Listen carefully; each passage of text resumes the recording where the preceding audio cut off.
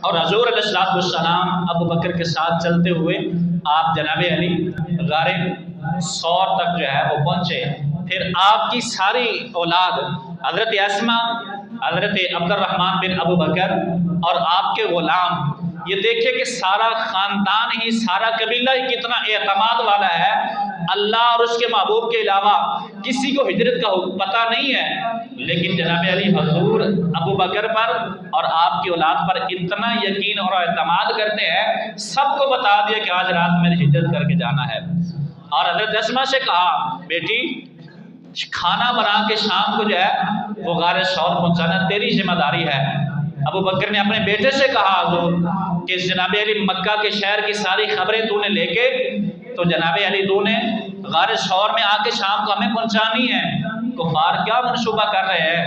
اور اپنے غلام سے کہا سارا دن تو نے بکریاں چرا کے شام کو غار کے کنارے پہ لے کے آنی ہے اور مصطفیٰ کو بکری کو دودھ پلانا ہے۔